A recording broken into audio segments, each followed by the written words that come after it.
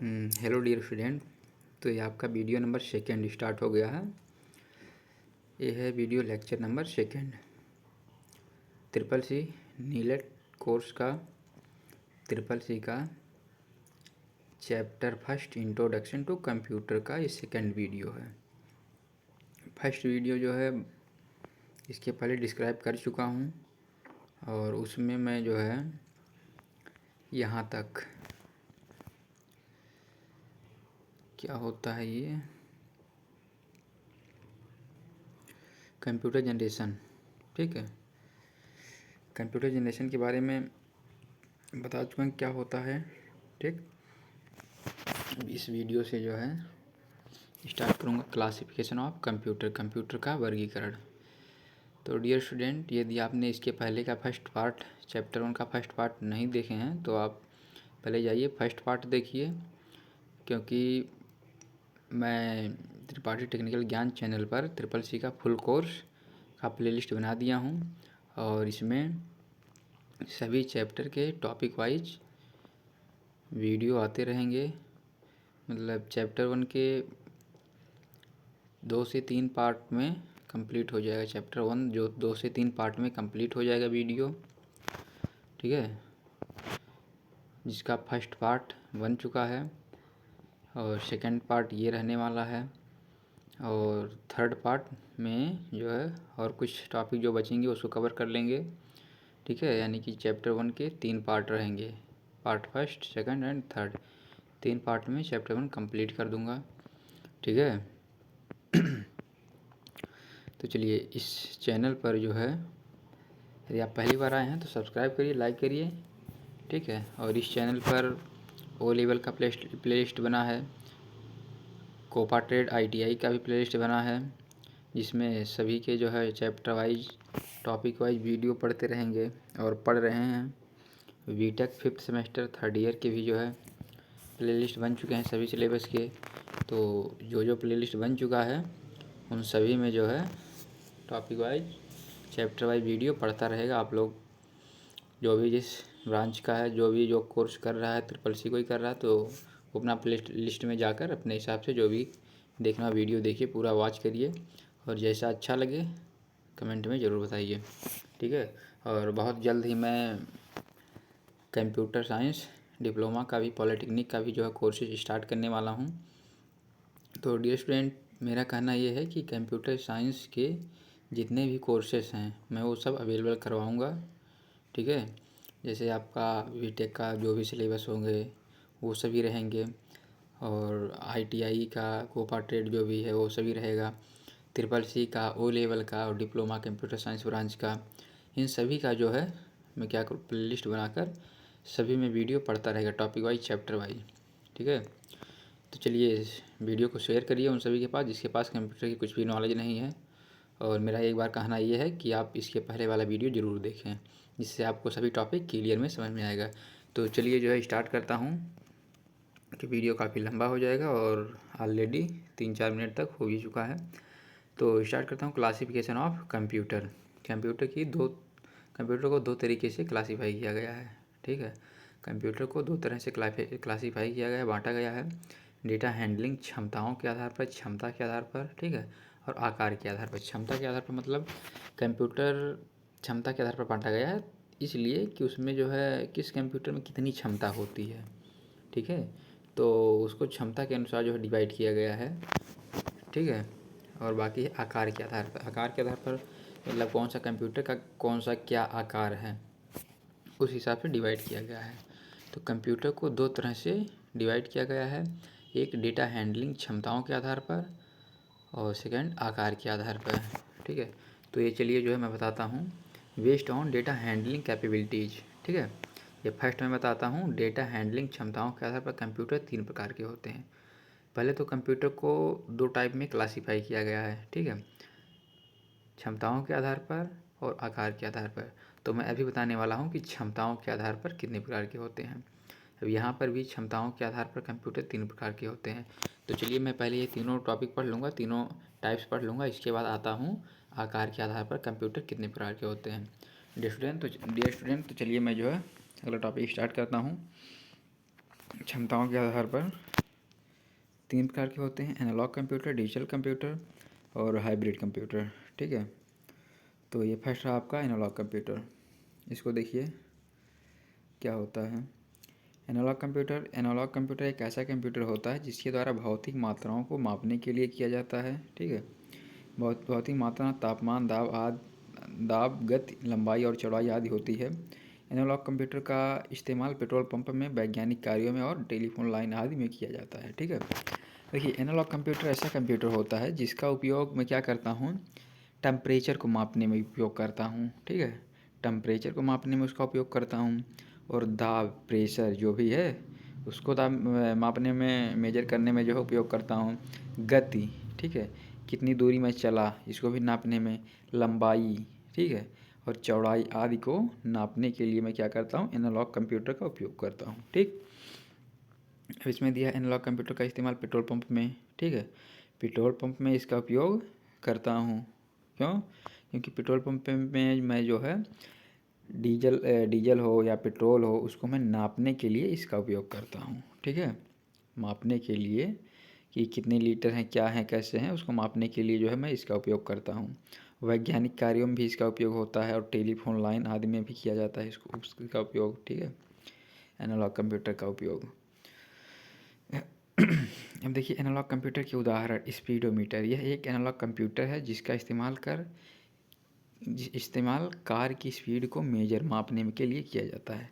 अब कार की स्पीड जो है कितनी रेस है, ठीक है, 40 के रेस में है, कितने स्पीड में है, ये मापने के लिए जो है मैं एनालॉग कंप्यूटर का उपयोग करता हूँ। और इसके एग्जाम्पल एक है स्पीडोमीटर। अब स्पीडोमीटर क्या करता है, यह स्पीड को नापता है। तो ये जो है जितनी भी गाड़ियाँ हैं, 4 व्हीलर 2 व्हीलर, उन सभी में जो है स्पीडोमीटर लगा रहता है। ये क्या करता है, स्पीड को मेजर करता है। ठीक है, क्लियर समझ में आ गया ना? जो भी ना समझ में आया उसको कमेंट में ज़रूर बताइए कि ये टॉपिक नहीं समझ में आया। उसको क्या करेंगे हम, जैसा रहेगा टॉपिक उसको शॉर्ट वीडियो के माध्यम से या दूसरा वीडियो बना के जो है अपलोड कर दूंगा, जिससे अच्छे वे में समझ में आएगा। ठीक है, और सेकंड क्या, ऑटो गैसलिंग पंप। यह पेट्रोल की मात्रा को कैलकुलेट करता है और उसके साथ साथ ये पेट्रोल के मूल्य को भी कैलकुलेट करता है। मतलब देखिए, जैसे पेट्रोल पंप पे रहता है, कोई भी कहता है कि हमें 50 रुपये का पेट्रोल चाहिए, कोई कहता है हमें 100 रुपये का पेट्रोल चाहिए, कोई कहता है हमें 200 का चाहिए, ठीक है, हमें 500 का चाहिए। तो ये क्या होता है, ऑटो गैसलिंग पंप। मतलब जिसको जितना पेट्रोल चाहिए, जितने रुपए का, वो क्या करते हैं, उतने रुपए का सेलेक्ट कर देते हैं उसमें, और क्या होता है, अपने आप जो हो पेट्रोल डालते हैं और वह जैसे उतने रुपए का होता है वो बंद हो जाता है। ठीक है, तो ये आपका एक एनालॉग कंप्यूटर का एग्जाम्पल ये भी है। उसके बाद थर्मामीटर, यह भी एनालॉग कंप्यूटर है जिसका इस्तेमाल हॉस्पिटल में मरीज के तापमान, टेम्परेचर को मापने के लिए किया जाता है। ठीक है, कि किसका कितना टेम्परेचर है, ठीक है, इसको मापने के लिए थर्मामीटर का उपयोग किया जाता है। तो आई होप कि ये एनालॉग कंप्यूटर आपको क्लियर वे में समझ में आ गया है। ठीक है, तो चलिए चलता हूँ डिजिटल कंप्यूटर क्या होता है। डिजिटल कंप्यूटर क्या होता है, डिजिटल कंप्यूटर किसी भी काम को करने के लिए बाइनरी नंबर, ठीक, 0 1 का उपयोग करता है, क्योंकि यह कंप्यूटर केवल अंकों यानी 0 और 1 को समझता है। डिजिटल कंप्यूटर देखिए, जो भी डिजिटल कंप्यूटर है प्रेजेंट में जो चल रहा है, जिस पे हम वर्क करते हैं, जिस पे हर एक प्रकार की वर्किंग होती है, ठीक है, तो इस पर क्या होता है, कंप्यूटर सिस्टम जो है हमारे लैंग्वेज को नहीं समझ पाता है। ठीक, हमारे लैंग्वेज को वह नहीं समझ पाता है, वह केवल बाइनरी को समझता है, 0 और 1। तो ये होता है जब भी कोई यूजर इंस्ट्रक्शन देता है इनपुट डिवाइस के माध्यम से, इंस्ट्रक्शन जब देता है तो कंप्यूटर में एक कन्वर्टर होता है, असेंबलर, ठीक है, असेंबलर होता है और कंपाइलर होता है, इंटरप्रेटर होता है, अलग अलग सबके वर्क होते हैं, बस थोड़े थोड़े डिफरेंस है, बाकी सबका वर्क सेम ही होता है। तो क्या करता है, जो यूजर के द्वारा इंस्ट्रक्शन दिया जाता है उसको कन्वर्ट कर देता है मशीन लैंग्वेज, मशीन यानी इसमें बाइनरी लैंग्वेज में। उसके बाद क्या होता है, प्रोसेस होता है बाइनरी में, उसके बाद फिर फाइनली रिजल्ट यूजर के समझने लैंग्वेज में भेज देता है, वो रिटर्न कर देता है। ठीक है, तो ये होता है आपका डिजिटल कंप्यूटर। डिजिटल कंप्यूटर केवल 0 1 को समझता है, बाइनरी लैंग्वेज को, ठीक, जिसके द्वारा ये बड़ी मात्रा में डेटा स्टोर करने में सक्षम होते हैं। ठीक है, तो जिसके कारण ये डेटा बड़ी मात्रा में स्टोर करने में सक्षम होता है। इनकी एक सेकंड, इनकी प्रोसेसिंग, ठीक है, इनकी प्रोसेसिंग स्पीड भी तेज़ होती है। प्रोसेसिंग स्पीड भी तेज़ होती है और इनका इस्तेमाल दैनिक जीवन में भी किया जाता है। आज के समय में इसका प्रयोग सिर्फ गणितीय कार्य करने के लिए ही नहीं किया जाता, बल्कि इसका प्रयोग बहुत सारे कार्यों के लिए किया जाता है। देखिए, पहले जब कंप्यूटर आया था तो उसमें क्या था कि हम अरिथमेटिक ऑपरेशन जैसे जोड़ घटाना गुणा भाग इन सब के लिए जो है प्रयोग करते थे। लेकिन आज के टाइम पे आप लोग खुद ही सोचिए कि जो है ऐसा कोई क्षेत्र है ही नहीं जहाँ पर कंप्यूटर का यूज ना हो रहा हो। कोई भी ऑर्गेनाइजेशन हो गया, कॉलेज हो गया, इंस्टीट्यूट हो गया, ठीक है, कोई कुछ भी हो गया, मेडिकल हो गया, हर जगह कंप्यूटर सिस्टम रखा ही है। क्यों? क्योंकि उन सभी के जो भी प्रोडक्ट हैं, उन प्रोडक्ट को मैनेज करने के लिए, डेटा को मैनेज करने के लिए, ठीक है, हर एक कंपनियों में सिस्टम का उपयोग हो गया है। क्योंकि क्या होता है, उसमें डेटा स्टोर रहता है और वह जो है उसकी बहुत सारे अलग अलग विशेषताएं होती हैं, जिसकी वजह से कंप्यूटर का इस्तेमाल किया जा रहा है। ठीक है, हर एक क्षेत्र में कंप्यूटर का इस्तेमाल हो रहा है। बैंकों में हो रहा है, रेलवे टिकट बुक करने में, एयरप्लेन की जो है टिकट बुक करने में, सभी क्षेत्र में जो है कंप्यूटर का इस्तेमाल हो रहा है। ठीक है, डिजिटल कंप्यूटर के उदाहरण क्या है? एप्पल मैक, ठीक है, calculator, IBM PC, digital clock, desktop, laptop, ठीक है, ये सभी जो है इसके एग्जाम्पल हैं डिजिटल कंप्यूटर के। बाकी ये आपका आ गया थर्ड आ गया आपका हाइब्रिड कंप्यूटर। ये रहा आपका हाइब्रिड कंप्यूटर। ठीक है, तो चलिए सभी को इरेज करता हूँ। ठीक, बाकी ये आपका रहा हाइब्रिड कंप्यूटर। हाइब्रिड कंप्यूटर एक ऐसा कंप्यूटर होता है जिसे एनालॉग और डिजिटल कंप्यूटर को आपस में मिलाकर बनाया गया है। ठीक है, आपको पता चल गया एनालॉग कंप्यूटर क्या होता है, डिजिटल कंप्यूटर क्या होता है। एनालॉग कंप्यूटर से ये होता है कि वह किसी भी ताप को और दाब को, लंबाई चौड़ाई आदि को जो है मापने का काम करता है एनालॉग कंप्यूटर। और डिजिटल कंप्यूटर क्या होता है, कोई भी वर्क कुछ भी वह कर लेता है, कोई पार्टिकुलर के लिए नहीं बना गया है, वह उससे हर एक वर्क हो जाता है। बस क्या होता है कि वह जीरो और वन बाइनरी लैंग्वेज को समझता है, तो जो भी इंस्ट्रक्शन रहेगा उसको चेंज करना पड़ेगा बाइनरी में, उसके बाद वह कुछ भी रहे वर्क कर देगा। ठीक, बाकी आता है आपका हाइब्रिड कंप्यूटर। हाइब्रिड कंप्यूटर एक ऐसा कंप्यूटर होता है जिसे एनालॉग और डिजिटल कंप्यूटर को आपस में मिलाकर बनाया गया है। अब ये देखिए, हाइब्रिड कंप्यूटर में इन दोनों कंप्यूटर की कार्य करने की क्षमता होती है। इस कंप्यूटर का इस्तेमाल पेट्रोल पंप, हवाई जहाज़, हॉस्पिटल और वैज्ञानिक कार्यों में किया जाता है। ठीक है, अब देखिए पेट्रोल पंप पे आप बोलें कि हमें जो है 3 लीटर पेट्रोल चाहिए तो 3 लीटर भी दे देगा, और आप कहिए हमें 300 का पेट्रोल चाहिए तो 300 का भी दे देगा। यानी कि उसमें जो भी है सभी दोनों वर्क होते हैं। हाइब्रिड कंप्यूटर का वर्क होता है, यानी एनालॉग का डिजिटल का दोनों होता है। ठीक है, और आपके ये जो बाइक हैं, गाड़ी हैं, इसमें जो स्पीडोमीटर है ये भी जो है दोनों का उसमें वर्क होते हैं, गाड़ियों में भी लगे होते हैं। ठीक है, चलिए हाइब्रिड कंप्यूटर कंप्लीट हो गया। Analogue plus digital equal hybrid. ठीक, समझ में आ गया। हाइब्रिड कंप्यूटर वो होता है जो कि एनालॉग एंड डिजिटल कंप्यूटर दोनों के फंक्शन को सपोर्ट करता है। ये होता है एनालॉग हाइब्रिड कंप्यूटर। अब चलिए आगे चलते हैं। पहला क्या था? पहला था क्षमता के आधार पर कंप्यूटर 3 प्रकार का होता है, एनालॉग, डिजिटल एंड हाइब्रिड। अब दूसरा टॉपिक आता है types of computer based on size. आकार के आधार पर कंप्यूटर 5 प्रकार के होते हैं। ठीक है, देखिए micro computer, mini computer, main frame computer, super computer, work station computer. ठीक, तो चलिए मैं बताता हूँ माइक्रो कंप्यूटर क्या होता है। माइक्रो कंप्यूटर का आकार बहुत ही छोटा होता है। इसमें CPU के स्थान पर माइक्रो प्रोसेसर का इस्तेमाल किया जाता है। ये कंप्यूटर वजन में हल्के होते हैं और इनका मूल्य भी कम होता है। सबसे पहले माइक्रो कंप्यूटर का निर्माण 1970 के दशक में हुआ था। दुनिया के पहले माइक्रो कंप्यूटर का नाम माइकल था। इसे इंटेल ने 8008 माइक्रो प्रोसेसर का उपयोग करके बनाया गया था। ठीक है, इंटेल कंपनी के द्वारा ये फर्स्ट माइक्रो कंप्यूटर बनाया गया था 1970 में। ठीक है, और माइक्रो कंप्यूटर में यह था कि CPU के जगह पे माइक्रो प्रोसेसर का इस्तेमाल किया जाता था। यह आकार में छोटा भी होता था और इसके प्रोसेसिंग क्षमता भी जो है कम थी।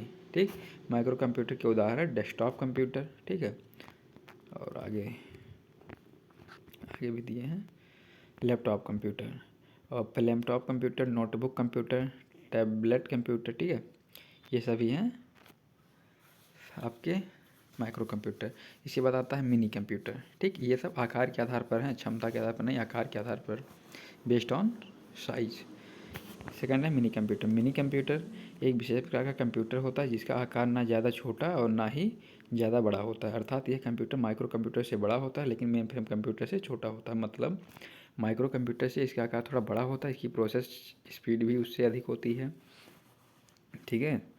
और मेन फ्रेम कंप्यूटर के से कम होती है स्पीड, और इसका आकार भी उससे बड़ा होता है, ठीक है। अर्थात कंप्यूटर माइक्रो कंप्यूटर से बड़ा होता है लेकिन मेन फ्रेम कंप्यूटर से छोटा होता है, ठीक है। मिनी कंप्यूटर का मल्टी यूजर कंप्यूटर होता है। इसका मतलब यह है कि इसे एक समय में बहुत सारे यूजर इस्तेमाल कर सकते हैं। मिनी कंप्यूटर माइक्रो कंप्यूटर से देखिए क्या होता है कि मिनी कंप्यूटर माइक्रो कंप्यूटर से अधिक शक्तिशाली होता है, ठीक।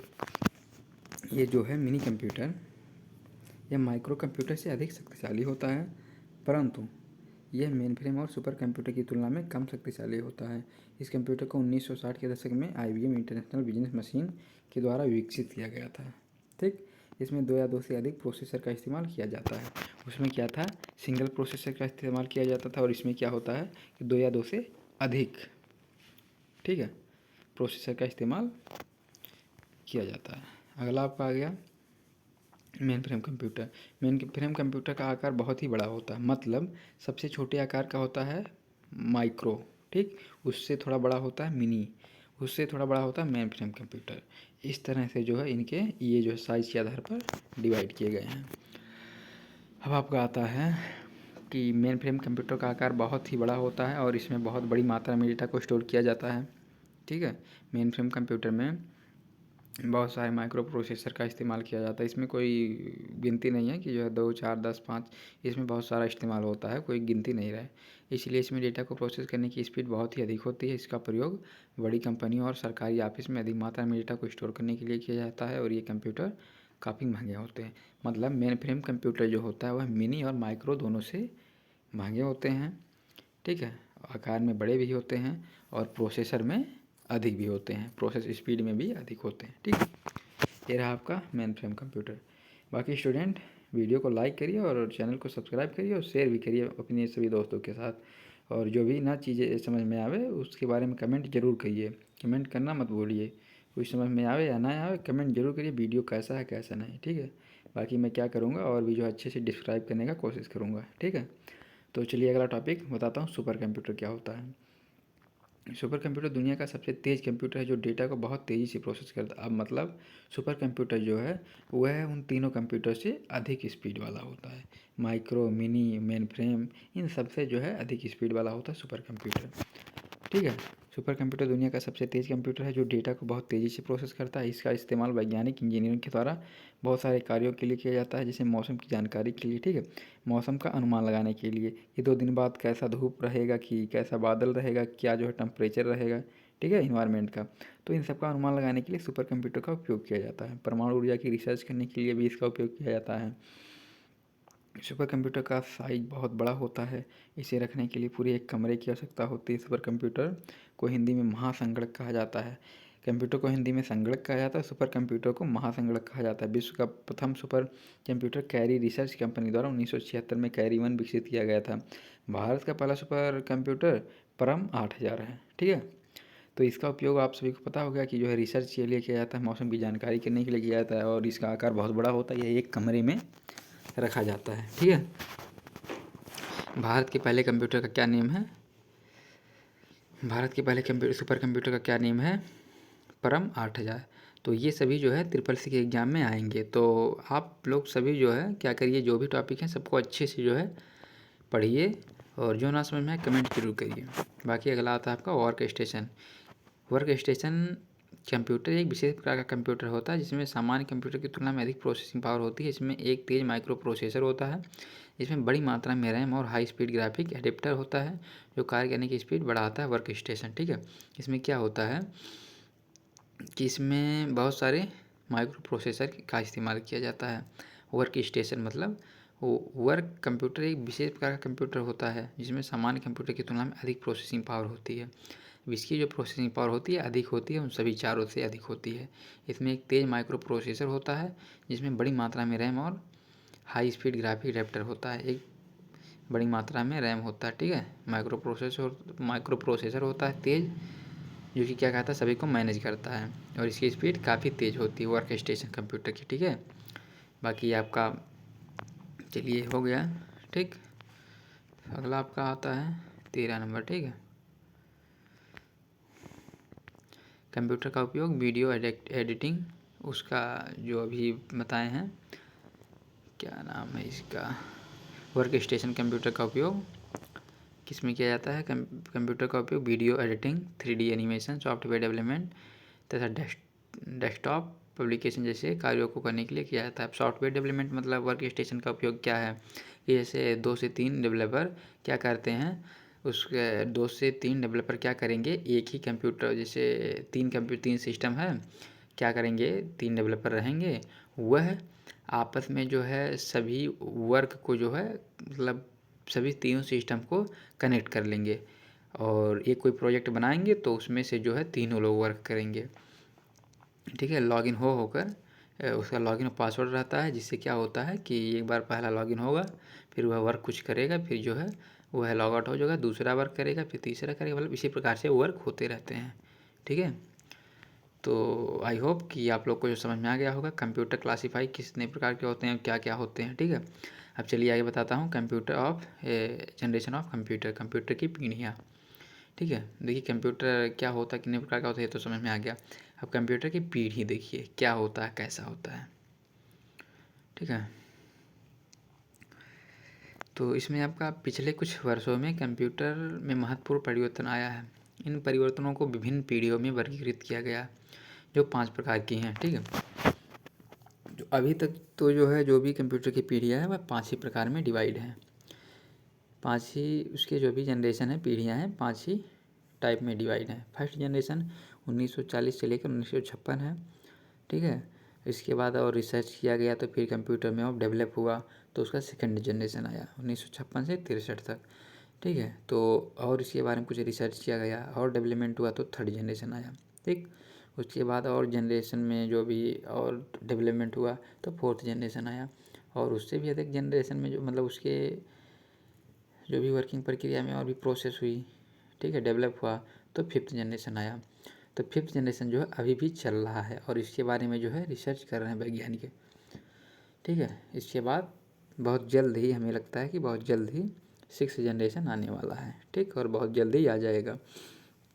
तो इसके 5 जनरेशन हैं जो कि एग्ज़ाम में पूछता भी है, तो ये सभी आप लोग याद कर लीजिए कि क्या क्या हैं और कब कब कौन कौन से कब कब के हैं। ठीक है, तो आप लोग इसको अच्छे से पढ़िए। बाकी फर्स्ट जनरेशन के बारे में बताता हूँ क्या है, कैसा है। कंप्यूटर की पहली पीढ़ी में वैक्यूम ट्यूब का उपयोग किया गया। वैक्यूम ट्यूब का आविष्कार जॉन एम्ब्रोस फ्लेमिंग ने 1904 में किया था। ठीक है, इस जनरेशन के कंप्यूटर में इनपुट के लिए पंच कार्ड और पेपर टेप का उपयोग किया गया। ये सभी शुरुआती प्रकार के कंप्यूटर थे और काफ़ी बड़े थे, बहुत अधिक बिजली की खपत करते थे और बहुत अधिक गर्मी पैदा करते थे, इसलिए ठंडा रखने के लिए एयर कंडीशनिंग एसी की ज़रूरत पड़ती थी। देखिए, जो फर्स्ट जनरेशन का कंप्यूटर था उसमें क्या था, वैक्यूम ट्यूब का उपयोग होता था। ठीक, उसमें वैक्यूम ट्यूब का उपयोग होता था और वैक्यूम ट्यूब का आविष्कार जॉन एम्ब्रोस फ्लेमिंग ने 1904 ही में कर दिया था। इसका उपयोग फर्स्ट जनरेशन के कंप्यूटर में होता था।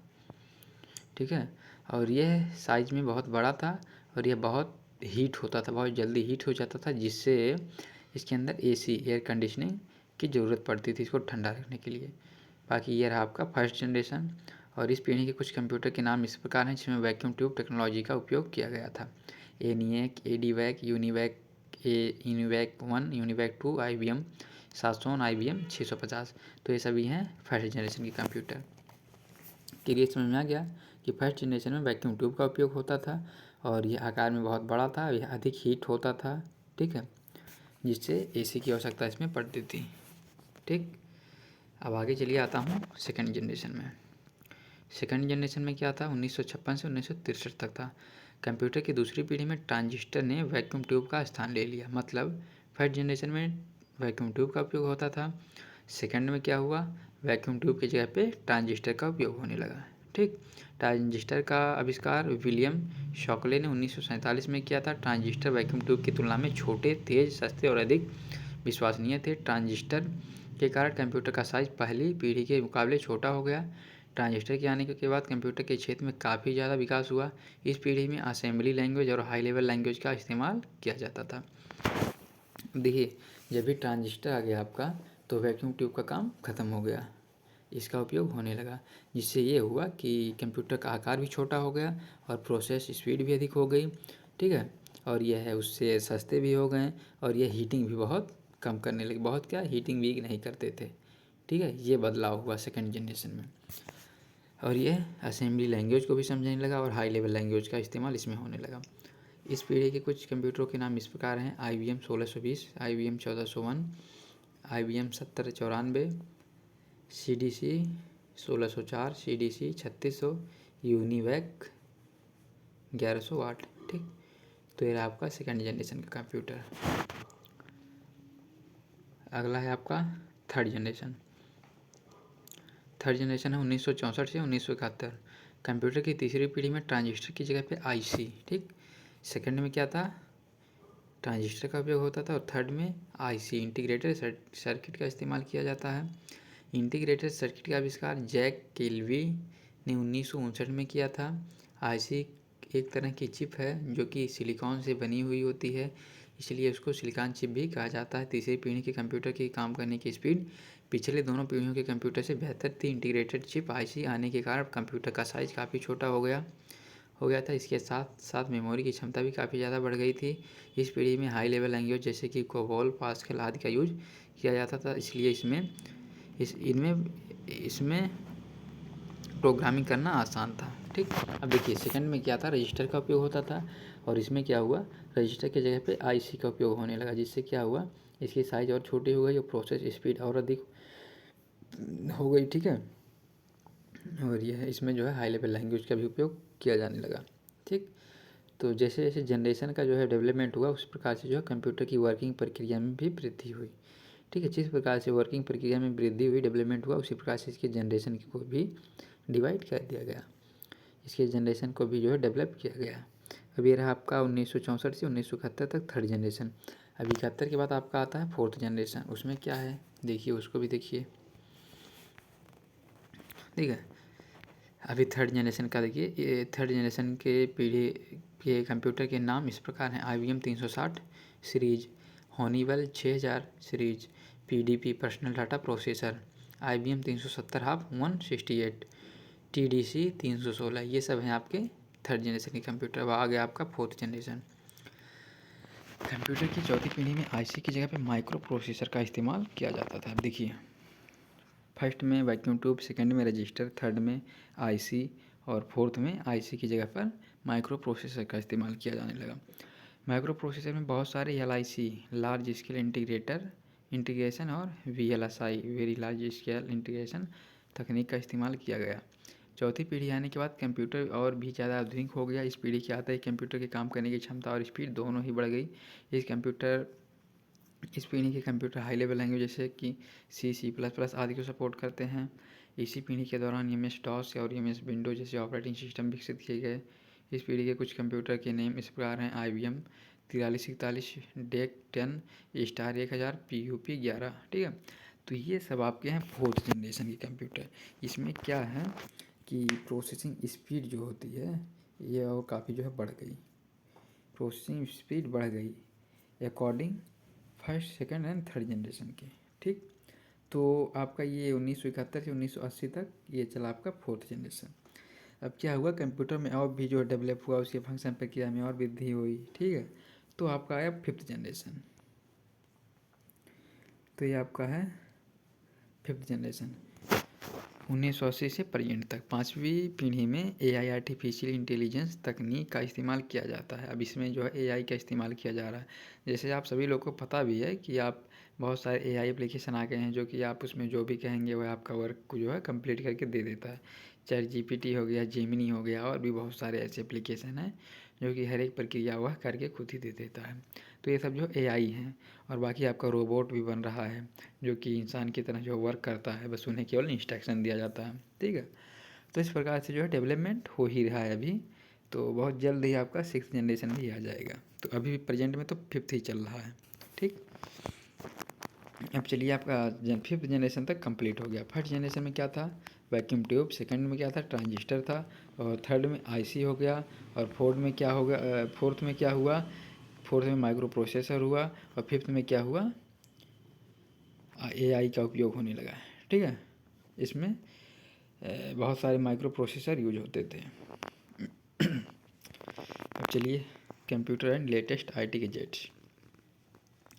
कंप्यूटर और उसके अनुप्रयोग का विकास, मतलब computer and latest IT gadget कि कंप्यूटर का क्या उपयोग है, उसके विकास क्या है, उपयोग क्या है और विकास क्या है। तो चलिए इसके बारे में बताता हूँ मैं। कंप्यूटर का आविष्कार आज से लगभग 2000 साल पहले हुआ था। जैसे जैसे समय बदला ठीक वैसे वैसे कंप्यूटर का विकास हुआ। शुरुआती दौर में गणना करने के लिए जिस डिवाइस का इस्तेमाल किया जाता था उसका नाम अबेकस था। स्टार्टिंग में गणना करने के लिए बनाया गया था अबेकस फर्स्ट में। अबेकस एक लकड़ी से बना हुआ कंप्यूटर डिवाइस था जिसमें 2 तार लगे होते थे। तार के ऊपर एक वस्तु लगी होती थी जिसे घुमाकर परिणामों को प्राप्त किया जाता था। पहले यांत्रिक कैलकुलेटर का आविष्कार ब्लेज पास्कल ने 1642 ईस्वी में किया था। इसमें नंबर लगा होता था जिसे डायल करना पड़ता था, लेकिन यह केवल जोड़ने का ही कार्य कर सकता था। वर्ष 1822 में चार्ल्स बेबेज के द्वारा पहले डिफेंस इंजन मैकेनिकल कंप्यूटर को विकसित किया गया। ठीक है, उसके बाद इसमें देखिए वर्ष 1876 में में अलेक्जेंडर ग्राहम बेल ने टेलीफोन का आविष्कार किया। वर्ष 1886 में विलियम ब्रैग ने यांत्रिकी गणना मशीन को विकसित किया। ठीक है, और भी इसी प्रकार से बहुत सारे जो है डेवलप हुए। वर्ष 1931 में जर्मनी के कोनार्ड ज्यूस ने सबसे पहला कैलकुलेटर बनाया। वर्ष 1940 में टेलीविज़न में रंगीन कलर प्रसारण शुरू हुआ। ठीक है, वर्ष 1948 में IBM के द्वारा इलेक्ट्रॉनिक कैलकुलेटर का निर्माण किया गया। वर्ष 1953 में पहला हार्ड स्पीड प्रिंटर विकसित किया गया था। वर्ष 1958 में सबसे पहले इलेक्ट्रॉनिक कंप्यूटर का आविष्कार किया गया। वर्ष 1959 में पहले मिनी कंप्यूटर को विकसित किया गया। 1972 में इंटेल ने माइक्रो प्रोसेसर का निर्माण किया, इंटेल कंपनी ने। 1977 में एप्पल ने पर्सनल कंप्यूटर का निर्माण किया। और वर्ष 1992 में माइक्रोसॉफ्ट ने विंडो ऑपरेटिंग सिस्टम का आविष्कार किया। तो ये जो है इसका डेवलपमेंट बढ़ता ही जा रहा है। ठीक है, तो ये सब रहे आपके डेवलपमेंट प्रक्रिया। और बाकी आगे आता है आपका IT gadgets and their application. IT gadgets and their application.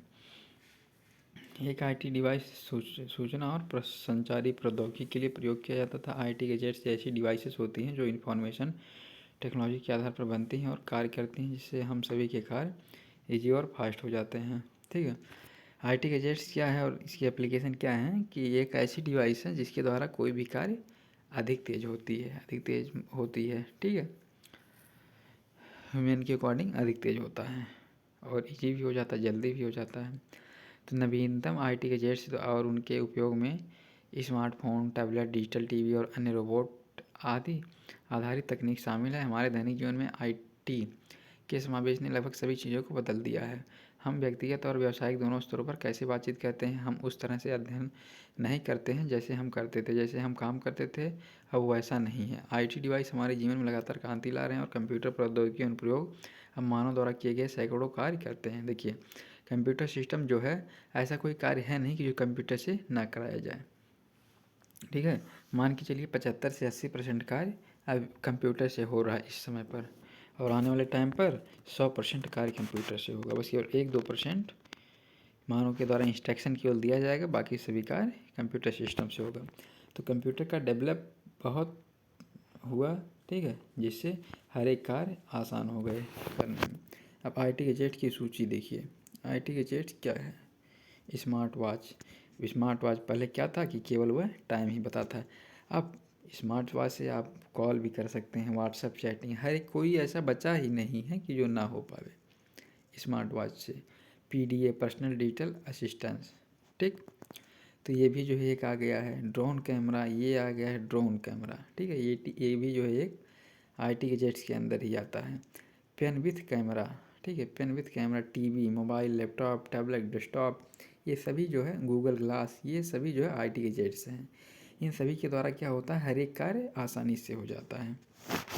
ठीक है, लैपटॉप से, मोबाइल से कोई भी कार्य जो है मैं आसानी से कर सकता हूँ। ठीक है, चलिए आगे के टॉपिक पे चलते हैं। Basic application of computer, computer के मूल अनुप्रयोग। आजकल कंप्यूटर हमारे दैनिक जीवन में बहुत उपयोगी कंप्यूटर के बेसिक एप्लीकेशन निम्नलिखित है। मतलब वही मैं आपसे बताते मतलब अभी तक यही बताते हुए आ गया कि कंप्यूटर ने हमारी लाइफ को ही बदल दिया। लाइफ को बदल देने का मतलब ये है कि ऐसा कोई क्षेत्र नहीं बचा जहाँ पर कंप्यूटर का उपयोग ना हो रहा हो। ठीक, हर जगह कंप्यूटर का उपयोग हो रहा है, इसलिए क्योंकि हमारे काम आसान हो जा रहे हैं और जल्दी हो जा रहे हैं। एक्यूरेसी भी, उसकी शुद्धता भी जो है बहुत नंबर 1 की होती है। ठीक है, इसलिए हर एक जगह कंप्यूटर का इस्तेमाल हो रहा है। ठीक, तो आजकल कंप्यूटर हमारे जीवन में बहुत उपयोगी है। कंप्यूटर के बेसिक एप्लीकेशन निम्नलिखित हैं। बेसिक एप्लीकेशन इसके देखिए, वर्ड प्रोसेसिंग। वर्ड प्रोसेसिंग के द्वारा हम अपने दैनिक कार्यों जैसे पत्र टाइपिंग, रिज्यूम तैयार करना इत्यादि को आसानी से करते हैं। कंप्यूटर स्वतः ही स्पेलिंग एवं ग्रामेटिकल त्रुटियों को साथ सुधार देता है। ठीक, वर्ड प्रोसेसिंग क्या कहते हैं, हम रिज्यूम बनाते हैं और कोई भी टेक्स्ट को राइट करते हैं, ये हमारा वर्ड प्रोसेसिंग हो गया। बैंकिंग हो गया, बैंकों में कंप्यूटर का उपयोग विभिन्न कारणों से किया जाता है, जैसे कस्टमर की अकाउंट की जानकारी रखता है, खाता धारक के पासबुक या बैंक स्टेटमेंट का प्रिंट निकालना हो, खाता धारक द्वारा किए गए ट्रांजेक्शन को ट्रैक करना हो, इन सभी कार्यों के लिए जो है बैंक कंप्यूटर का उपयोग करते हैं। एटीएम मशीन जिसके द्वारा हम पैसा निकालते हैं और जमा करते हैं, वह भी एक तरह का कंप्यूटर ही है। ठीक है, तो बहुत ही क्षेत्र में जो है इसका उपयोग हो रहा है। आगे आपका आ गया इंटरनेट। इंटरनेट कंप्यूटर नेटवर्क को आपस में जोड़ने की एक वैश्विक प्रणाली है।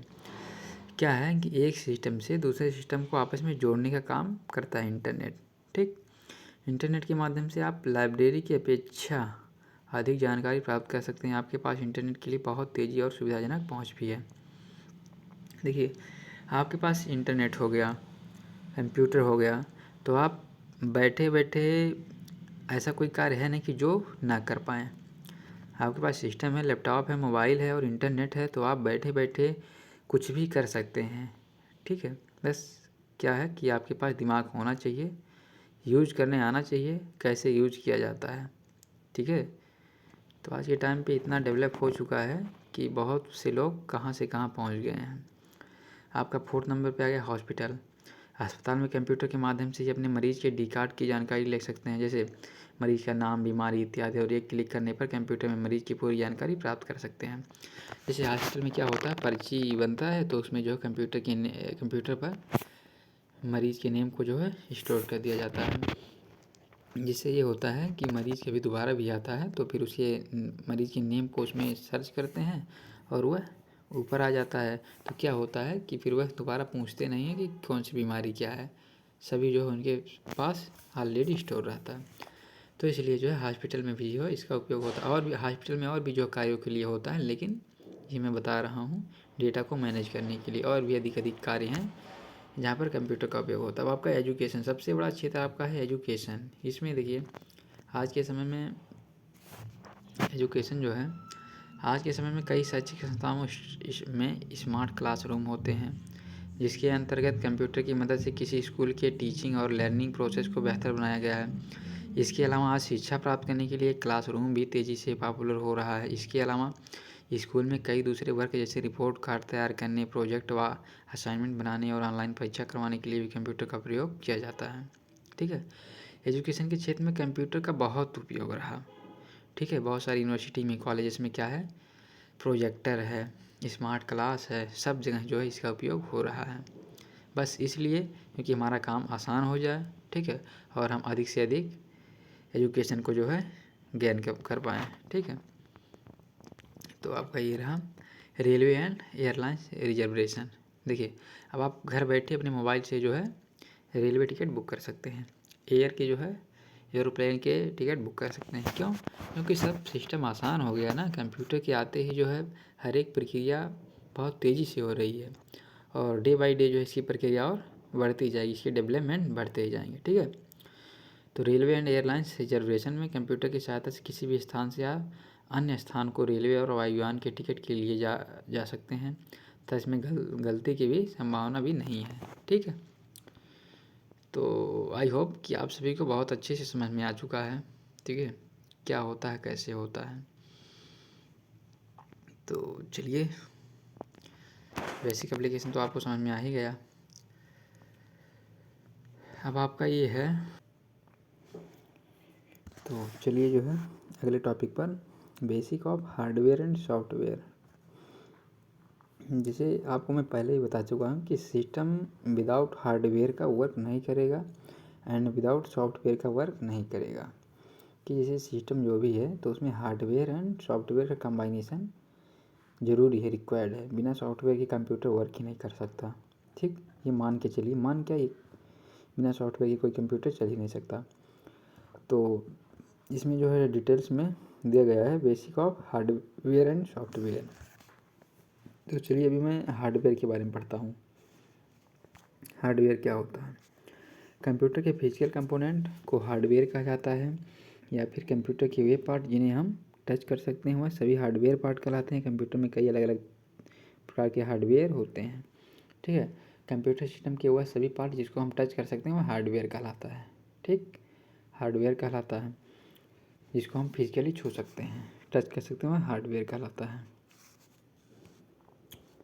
देखिए इसमें, इस चार्ट में, IPOS चार्ट में डिफाइन किया गया कंपोनेंट होते हैं। ठीक है, उन सभी कंपोनेंट को मदरबोर्ड के साथ कनेक्ट किया जाता है, जैसे microprocessor, hard disk, floppy disk, optical disk, monitor, keyboard, printer, etc। Computer के हार्डवेयर पार्ट को 4 भागों में बांटा गया है, जो नीचे IPOS के चार्ट में बताया गया है। देखिए कंप्यूटर को हार्डवेयर एंड सॉफ्टवेयर में दो में जो है डिवाइड किया गया है। अब यहाँ पहले मैं बताता हूँ कंप्यूटर के हार्डवेयर पार्ट। हार्डवेयर वह होते हैं जिसे हम फिजिकली टच कर सकते हैं, ठीक है, जिसे छुआ जा सकता है, वह हार्डवेयर है। अब IPOS, इसको डिवाइड किया गया है 4 टाइप में। हार्डवेयर को भी 4 टाइप में डिवाइड किया गया है IPOS चार्ट के द्वारा। I मतलब इनपुट डिवाइस, P मतलब प्रोसेस डिवाइस, O मतलब आउटपुट डिवाइस, S मतलब स्टोरेज डिवाइस। ठीक है, IPOS चार्ट के माध्यम से आपको हार्डवेयर के सभी पार्ट को डिफाइन कर दिया गया। अब इनपुट कई प्रकार के होते हैं। इनपुट वह होता है कि जिसके द्वारा हम इंस्ट्रक्शन देते हैं कंप्यूटर को, और बाकी इनपुट को पहले भी डिवाइस मैं डिस्क्राइब कर चुका हूँ। प्रोसेस क्या होता है कि जो भी इंस्ट्रक्शन जाता है उस पर क्या प्रोसेस होता है, जो प्रोसेस होता है वह प्रोसेस कहलाता है। ठीक है, तो वह माइक्रो प्रोसेसर के द्वारा होता है। तो ठीक है, ये सब प्रोसेसर है। उसके बाद आउटपुट, जब भी प्रोसेस हो जाता है तो फाइनली लास्ट में रिजल्ट आउटपुट होता है। ठीक है, तो जिसके माध्यम से मैं क्या करता हूँ, आउटपुट को फाइंड आउट करता हूँ, वह हमारा आउटपुट डिवाइस है। जैसे मॉनिटर हो गया, प्रिंटर हो गया, स्पीकर हो गया, हेडफोन्स हो गया। स्पीकर से देखिए कोई भी वॉल्यूम जो है, वॉइस बाहर निकलती है, साउंड बाहर निकलता है, तो वह बाहर निकाल रहा है किसी भी चीज़ को। ठीक है, तो वह हमारा क्या हुआ, आउटपुट डिवाइस। प्लोटर, ये सभी आउटपुट डिवाइस हैं। स्टोरेज डिवाइस, अब स्टोरेज डिवाइस क्या होता है, जब भी प्रोसेस के बाद डेटा को इन्फॉर्मेशन में चेंज कर दिया जाता है, किसी इंस्ट्रक्शन को इन्फॉर्मेशन में चेंज कर दिया जाता है प्रोसेस के बाद, तो वह क्या होता है कि उस इन्फॉर्मेशन को स्पेस चाहिए होता है स्टोर करने के लिए। तो जो भी स्पेस होता है उसे स्टोरेज डिवाइस कहा जाता है। ठीक है, जिसमें वह स्टोर होता है उसे स्टोरेज डिवाइस कहा जाता है। तो ये सभी जो है आपके हार्डवेयर पार्ट्स हैं। तो चलिए मैं बताता हूँ इनपुट डिवाइसेस के बारे में। पहले मैं क्या करता हूँ, इनपुट डिवाइस के बारे में बताता हूँ, बाकी उसके बाद बताऊँगा प्रोसेस, आउटपुट, स्टोरेज। तो इसमें मैं बता रहा हूँ इनपुट डिवाइस। इनपुट डिवाइस एक ऐसी इलेक्ट्रॉनिक डिवाइस है जिसके द्वारा हम डेटा या निर्देश को कंप्यूटर में इनपुट कराते हैं। इनपुट डिवाइस हमारे द्वारा दिए गए निर्देश को कंप्यूटर तक पहुँचाती है। कंप्यूटर में उपयोग होने वाले कई तरह के इनपुट डिवाइसेस का उपयोग होता है, जिनका प्रयोग हम कई अलग अलग तरह से इनपुट देने के लिए करते हैं। कंप्यूटर में प्रयोग होने वाला मुख्य इनपुट डिवाइस कीबोर्ड है, जिसका प्रयोग निर्देश को टाइप करने के लिए करके देने के लिए किया जाता है। देखिए मेन कंप्यूटर में इनपुट डिवाइस है कीबोर्ड, जिसके द्वारा हम क्या करते हैं, सिंबल को, टेक्स्ट को और भी चीज़ों को जो है मैं क्या करता हूँ, यूज करता हूँ कीबोर्ड के माध्यम से। ठीक है, तो सबसे मेन इनपुट डिवाइस यही है, कीबोर्ड। इसके बारे में देखिए, कीबोर्ड एक वैसी इनपुट डिवाइस है जिसमें यूजर कीज की मदद से कंप्यूटर को कमांड देता है। इस डिवाइस में लेटर्स, नंबर्स, कैरेक्टर्स और फंक्शन जैसे की मौजूद होती हैं, जिन्हें प्रेस करके यूजर कंप्यूटर को कमांड देता है। यह सबसे ज़्यादा प्रयोग की जाने वाली इनपुट डिवाइस होती है। ठीक, इनपुट डिवाइस है। एक स्टैंडर्ड कीबोर्ड में 101 से 105 की होती है, मल्टीमीडिया कीबोर्ड में इससे अधिक की होती है। ठीक है, तो ये होता है कीबोर्ड, जिसके द्वारा मैं क्या करता हूँ, इंस्ट्रक्शन देता हूँ कंप्यूटर को। यह इनपुट डिवाइस है। सेकंड इनपुट डिवाइस आपका है माउस। माउस एक पॉइंटिंग इनपुट डिवाइस है जिसका प्रयोग ग्राफिकल यूजर इंटरफेस के तहत कंप्यूटर को इनपुट देने के लिए किया जाता है। माउस में 3 बटन होते हैं, लेफ्ट, राइट तथा स्क्रॉल, जिनका प्रयोग कंप्यूटर इनपुट देने के लिए किया जाता है। यह डिवाइस वायर और वायरलेस तकनीक की मदद से कंप्यूटर से कनेक्ट हो सकते हैं। ठीक है, अब ये क्या होता है, माउस क्या होता है, इसको मैं वायर के द्वारा भी और वायर विदाउट वायर के भी क्या करता हूँ, सीपीयू से कनेक्ट कर सकता हूँ। क्यों? क्योंकि इसके टाइप अलग अलग हैं। ठीक है, जो मैं टाइप यूज करता हूँ वह जो है वायरलेस कर रहा हूँ या वायर्ड कर रहा हूँ, क्या कर रहा हूँ वह डिफाइन करता है इसके टाइप कौन से हैं। अब देखिए, माउस 3 प्रकार के होते हैं, optical mouse, wireless mouse, track ball mouse. ठीक है, 3 प्रकार के माउस होते हैं, इनका भी इसमें डिफाइन कर दिया है प्रकार। ऑप्टिकल माउस क्या होता है? ऑप्टिकल माउस एक पॉइंटिंग डिवाइस होता है जो कर्सर को मूव करने के लिए गेंद बॉल के स्थान पर एलईडी लाइट या सेंसर का उपयोग करता है। ज़्यादातर ऑप्टिकल माउस की लाइट लाल होती है क्योंकि इसमें जो एलईडी इस्तेमाल होती है वह सस्ती होती है तथा फोटो एडिटर्स लाल प्रकार के प्रति अधिक सेंसिटिव संवेदनशील होते हैं। वायरलेस माउस, इस माउस को कंप्यूटर से कनेक्ट करने के लिए यूएसबी केबल की ज़रूरत नहीं पड़ती है। यह माउस वायरलेस तकनीक, रेडियो, ब्लूटूथ और वाईफाई की मदद से कंप्यूटर से कनेक्ट होता है। ठीक है, वायरलेस माउस। उसके बाद आता है ट्रैक बॉल माउस। इस माउस से कर्सर या पॉइंटर को मूव करने के लिए वाल मैकेनिज्म का उपयोग किया जाता है, वाल का। ठीक है, वाल मैकेनिज्म बिल्कुल गेंद की तरह होती है जिसकी मदद से स्क्रीन पर पॉइंटर को मूव किया जाता है। इस वाल को फिंगर, थंब और प्लाम हथेली की मदद से भी डायरेक्शन को रोटेट या मूव किया जा सकता है। जैसे आपका हो गया जॉयस्टिक। जॉयस्टिक एक इनपुट डिवाइस है जिसका उपयोग गेमिंग में किया जाता है। स्कैनर एक प्रकार का फिजिकल डॉक्यूमेंट्स, इमेजेस आदि को डिजिटल फॉर्मेट में बदलने के लिए किया जाता है। यह डॉक्यूमेंट को स्कैन करके उसे डिजिटल कंप्यूटर में सेंड कर देता है, स्कैनर जो होता है। ठीक है, अगला आपका आता है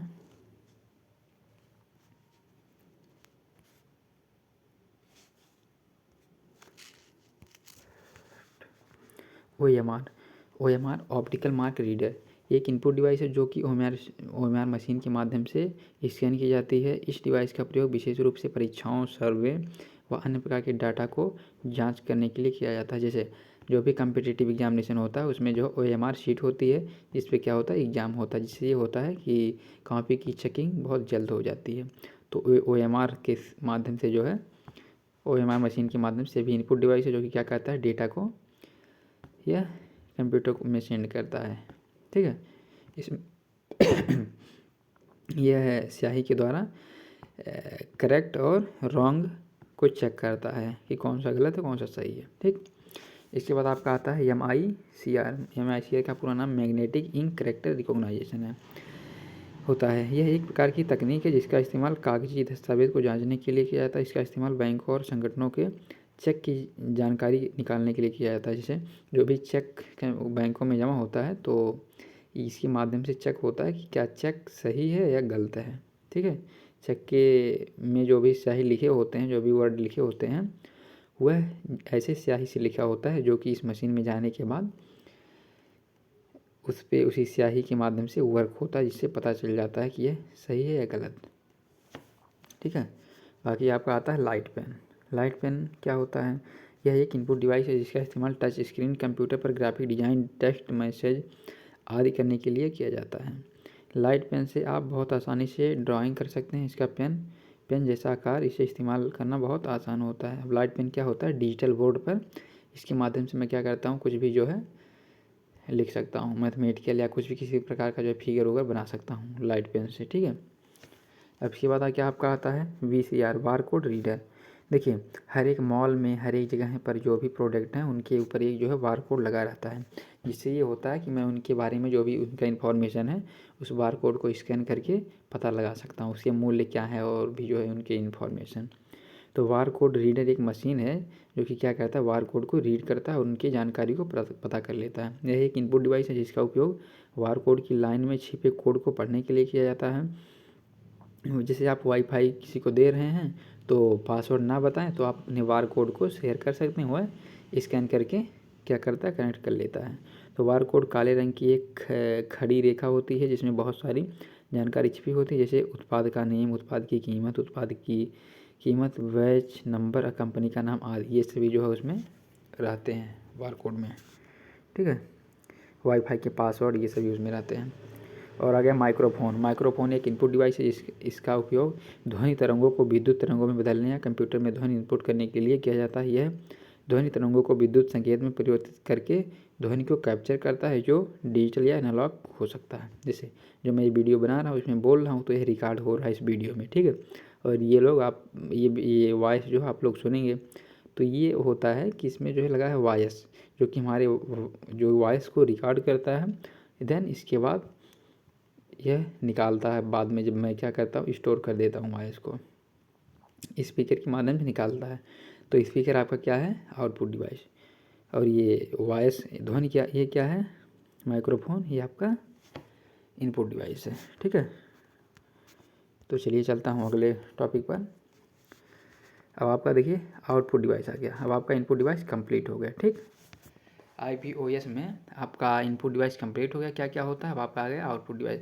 तो डियर स्टूडेंट, वीडियो काफ़ी लंबा हो गया है, 50 मिनट का, तो मैं इसी पर बंद कर देता हूँ। बाकी जो है अगले नेक्स्ट टॉपिक जो है मैं क्या करूँगा, आउटपुट डिवाइस को नेक्स्ट वीडियो में स्टार्ट करूँगा।